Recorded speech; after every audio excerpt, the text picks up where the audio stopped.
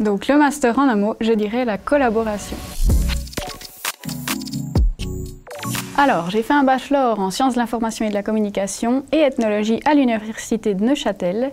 Et puis ensuite, je suis devenue maman. Et puis, j'ai eu l'occasion de travailler pendant à peu près une année dans une école secondaire pour faire de l'enseignement. C'est ce qui m'a amenée à ce master en sciences et pratiques de l'éducation.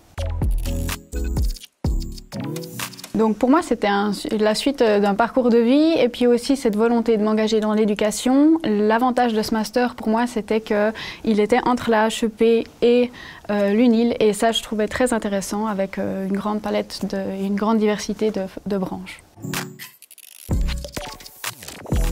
Donc les branches principales de ce master, c'est la sociologie de l'éducation, où justement on favorise les différents points de vue sociologiques et les enjeux en fait, qui entrent dans les différents domaines de l'éducation, comme les relations avec la famille, le milieu social, etc.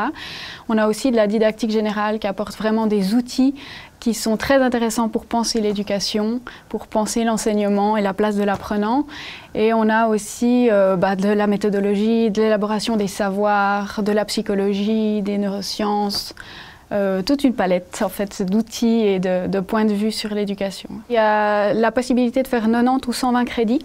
Donc ça, c'est aussi à voir en fonction de qu'est-ce qu'on veut compléter avec ce master.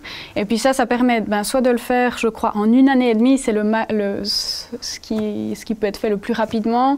En 2 ans, c'est, je dirais, le standard, et puis ensuite on peut étaler plus. Alors oui, on doit rendre un travail de master, donc comme travail final, et puis mon travail de master, ça a été la possibilité de faire une suite un petit peu de mon bachelor, où je me suis basée sur un ouvrage qui s'appelait L'anthropologie comme éducation de Tim Ingold, qui a été publié en 2018. Et donc, je me suis basée sur cet ouvrage pour effectivement approfondir cette voie de l'anthropologie dans le contexte de l'éducation, dans le contexte de la formation, en faisant un travail auto-ethnographique. Donc un travail qui fait une ethnographie de moi-même dans la relation avec d'autres et dans un contexte de projet.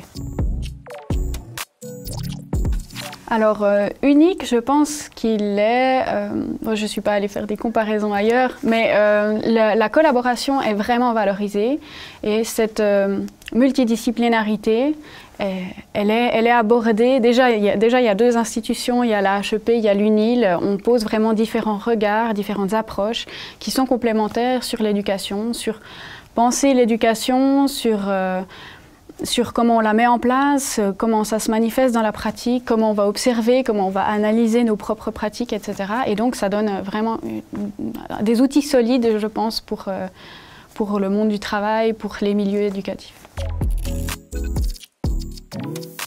Alors, changer ma vie, oui, dans une certaine mesure, comme toute étude, j'imagine.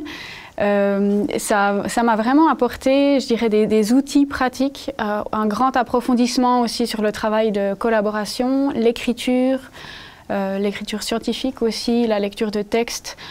Ça m'a beaucoup élargi le champ en fait, de l'éducation. Il y a beaucoup de choses à voir, à explorer, à comprendre. Et puis ce master nous donne un bel aperçu de ce qui se fait ici et ce qui se fait ailleurs. Donc, mon job de rêve après ce master, c'est, disons que j'ai trouvé, c'est une occasion pour moi de vivre l'enseignement.